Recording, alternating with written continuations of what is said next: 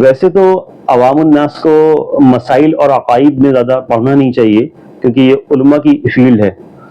لیکن بڑا افسوس ہوتا ہے کچھ اس طرح کی چیزیں دیکھ کر کے کہ ابھی بھی جبکہ پوری دنیا کے جو حالات ہیں وہ سب کے سامنے ہیں، کتنا زیادہ نفسا نفسی کا عالم ہے اور امت مسلمہ پر ایک طریقے سے عذاب کی ایک شکل بنی ہوئی ہے، اور خاص طور سے ہمارے ہندوستان میں بھی۔ اس کے باوجود بھی کچھ علماء ایسے ہیں جو صرف اور صرف فرقہ واریت پر بات کرتے ہیں اور فرقہ واریت کو ہوا دیتے ہیں اور فرقہ واریت کی آگ بھڑکاتے ہیں۔ تو بہت افسوس ہوتا ہے ایسی چیزوں کو دیکھ کر کے جو ہے، اور ایسے لوگ اللہ معاف کرے کہنے نہیں چاہیے، لیکن پھر بھی یہی ہے کہ ایسے بہت سارے ایسے یہودی ایجنٹ بھی جو ہے امت مسلمہ میں گھوم رہے ہیں، اور وہ اس طریقے سے امت مسلمہ چاہتے ہیں کہ امت ایک نہ ہو پائے، اور بہت سارے منافقین اور بہت سارے ایسے علماء سو بھی جو ہے موجود ہیں جو اس طرح کے کام کرتے ہیں، کیونکہ اصل امت میں ضرورت اس چیز کی تھی کہ امت پہ جو ہے اعمال صالحہ پر ابھارا جائے، اور امت پہ جو ہے جو امت کی ذمہ داری ہے دعوت اس پر ابھارا جائے اور گناہوں سے توبہ کرائی جائے، لیکن کچھ لوگوں کے موضوع صرف اور صرف یہی ہے کہ فرقہ واریت کو جو ہے بھڑکانا۔ تو خیر بڑا افسوس ہوتا ہے ان سب چیزوں کو دیکھتے ہوئے، اور اصل سمجھنا یہ ہے اس تعلق سے کہ یہ جو دیوبندی، بریلوی اور یہ اہل حدیث جو ہیں یہ کوئی فرقہ نہیں ہے۔ اصل بات سمجھنے کی یہی ہے، ہاں اس کو دوبارہ نوٹ کریں ہم لوگ کہ یہ فرقے نہیں ہیں، دیوبندی، بریلوی، اہل حدیث یہ فرقے نہیں ہیں، بالکل بھی فرقے نہیں ہیں، کیونکہ فرقہ جو بنتا ہے وہ عقائد کی بنا پر فرقہ بنتا ہے، یعنی کہ کوئی بھی جو ہے فرقہ فرق سے بنا ہے، کوئی بھی جو فرق کر کے ہٹے گا مین امت سے وہ فرقہ کہلائے گا، اور وہ عقائد کی بنا پر ہوگا نہ کہ مسائل کی بنا پر۔ اور یہاں پر جو دیوبندی اور بریلوی اور اہل حدیث حضرات ہیں یہاں پر جو ہے مسائل کا فرق ہے، اور مسائل کا فرق تو شروع سے چلا آ رہا ہے جو ہے، تو یہ فرقے نہیں کرائیں گے جو ہے، بالکل بھی جو ہے فرقہ اس طریقے سے کہلائے گا جیسے شیعہ حضرات فرقہ کہلا سکتے ہیں یا پھر قادیانی فرقہ کہلا سکتے ہیں، کیونکہ وہاں پر عقائد کا مسئلہ ہے جو ہے۔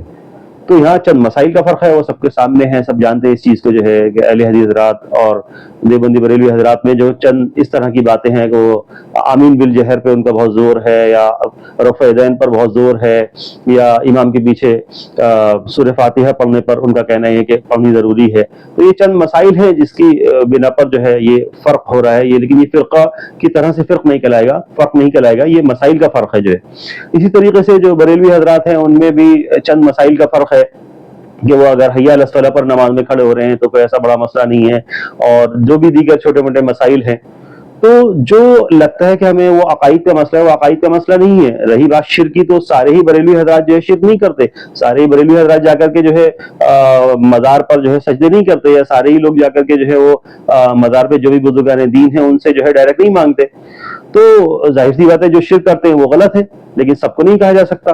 اسی طریقے سے دیوبندی حضرات پر تو ان کا چلو بہتان ہے کہ وہ کہتے ہیں کہ نعوذ باللہ حضور کو نہیں مانتے، تو ظاہر سی بات ہے جو کوئی حضور کو نہیں مانے گا وہ تو اسلام سے خارج ہو جائے گا۔ تو یہ ان کا بہتان ہے بریلوی حضرات کا دیوبندی حضرات پر، لیکن ایسا نہیں ہے کہ دیوبندی حضرات جو ہے نعوذ باللہ کے حضور کو نہ مانتے ہوں، جو حضور کو نہ مانے اس کا تو ایمان ہی نہیں رہے گا۔ تو یہ صرف بہتان ہے جو ہے۔ تو یہاں پر جو ہے مسائل کا فرق ہے، عقائد کا فرق نہیں۔ اور بھی چند چیزیں ایسی ہیں جو بہت مشہور ہیں، جیسے وہ کہتے ہیں کہ حضور جو ہے ان کو جو ہے غیب کا علم ہے۔ تو یہاں بس اتنا سا فرق ہے کہ دیوبندی حضرات کہتے ہیں کہ بھئی جتنا اللہ نے انہیں علم دیا محمد صلی اللہ علیہ وسلم کو غیب کا اتنا علم ہے،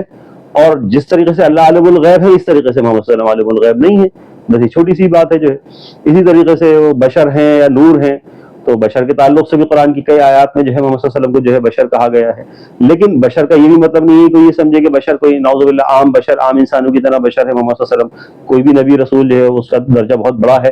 تو خیر ایسا کوئی کہتا بھی نہیں ہے کہ عام بشر کی طرح ہے، لیکن ان کی طرف سے اس چیز کو جو ہے پروپگیٹ کیا گیا ہے کہ یہ لوگ کہتے ہیں بھئی تو نبی تو عام انسان کی طرح ہے۔ تو یہ ان کا بہتان ہے ایک طریقے سے، لیکن ایسی جو ہے دیوبندی حضرات کی ایسا کوئی سوچ نہیں ہے، ایسا ان کا جو ہے ایسا عقیدہ نہیں ہے۔ تو خیر کہنے کا مطلب یہی ہے کہ ایک دوسرے پر بہتان ہے جو ہے۔ اسی طریقے سے مولانا اشرف تھانوی رحمۃ اللہ علیہ کے لے کر کے طرح طرح کے بہتان لگائے جاتے ہیں کہ نعوذ باللہ وہ جو ہے اگر کوئی اسلام میں داخل ہوتا تھا تو اپنا کلمہ پڑھاتے تھے۔ ایسا کوئی ہوگا کوئی انسان جو اپنا کلمہ پڑھائے گا جو ہے؟ تو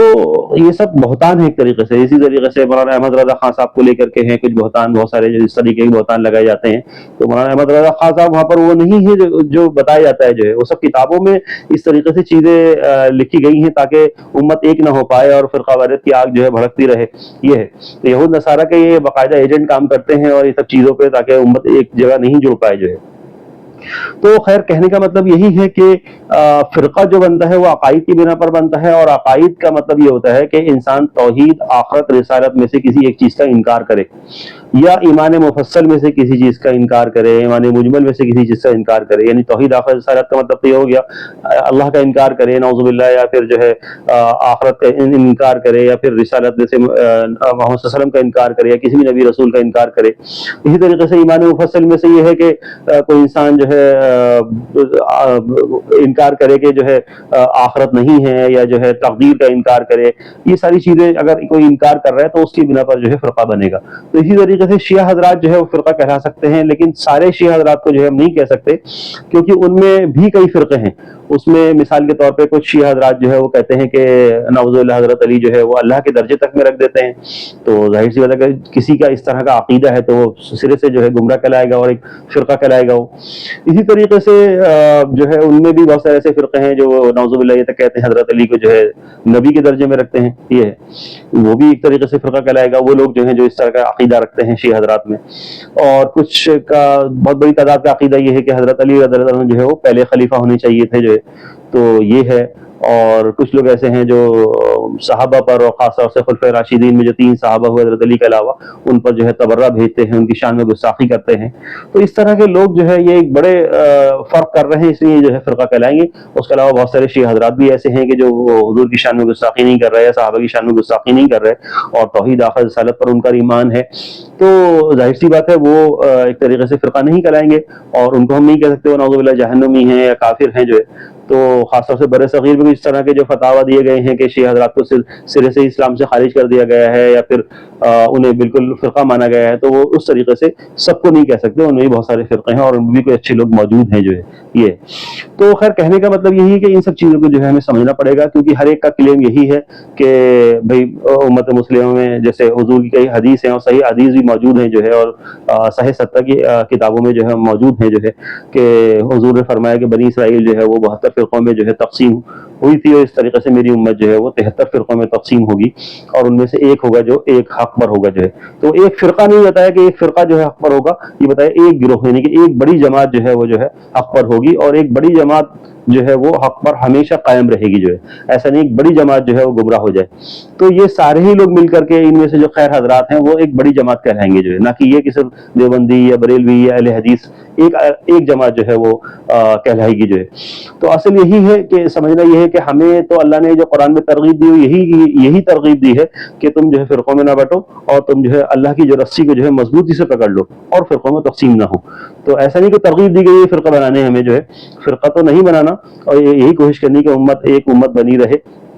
تو ایسا قرآن میں بالکل صاف طور پر بتایا گیا ہے کہ فرقوں میں نہیں تقسیم ہونا، اور اللہ کی رسی کو جو ہے مضبوطی سے پکڑے رہنا ہے۔ اور جب اللہ کی رسی کو جو ہے مضبوطی سے پکڑے رہیں گے تو ویسے ہی جو فرق کرنے والے لوگ ہیں آرام سے سمجھ میں آ جائے گا کہ وہ فرق کر رہے ہیں، اور وہ اچھی طریقے سے ہم سمجھ میں آ جائے گا کہ ہاں یہ جو ہے فرق کرنے والا فرقہ ہے جو ہے، یہ ہے امت ایک الگ امت بنی رہے گی جو ہے۔ اور ویسے تو شروع میں ہی بہت ساری غلطیاں ہوئیں، کیونکہ سب کا یہی کلیم ہے، جتنے بھی لوگ کہتے ہیں کہ بھئی جس طریقے سے محمد صلی اللہ علیہ وسلم نے کئی احادیث میں جو ہے بتایا ہے اس طریقے سے کہ اصل کون حق پر ہوگا، کہ جو میرے اور میرے صحابہ کے طریقے پر ہوگا جو ہے۔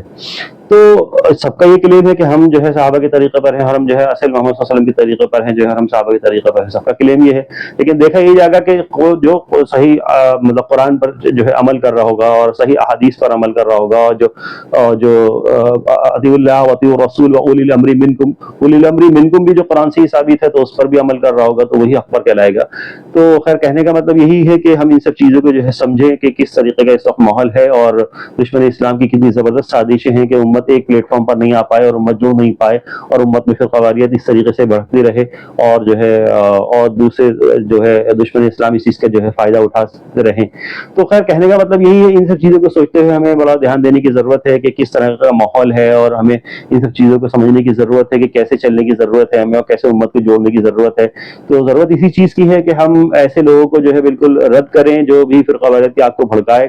اور جو ہے جو لوگ ضرورت اس چیز کی ہے کہ ہم امت کو جو ہے اعمال صالحہ پر ابھاریں اور جو ہے دعوت پر ابھاریں، جو ہماری اصل ذمہ داری ہے۔ اسی طریقے سے انشاءاللہ جو آگے مسائل حل ہوں گے، ورنہ بہت بڑا عذاب جو ہے سر پر کھڑا ہے، اور اگر ہم اپنی اصلاح نہیں کرتے ہیں اور اپنی ذمہ داری پر نہیں آتے ہیں تو یہ عذاب کی شکل بہت سخت عذاب جو ہے ہندوستان میں بھی اور پوری دنیا میں جو ہے اس کی شکل بنتی ہوئی آ رہی ہے۔ تو اللہ ہم سب کی حفاظت فرمائے اور ہمیں اپنی اصلاح کرنے کی توفیق عطا فرمائے۔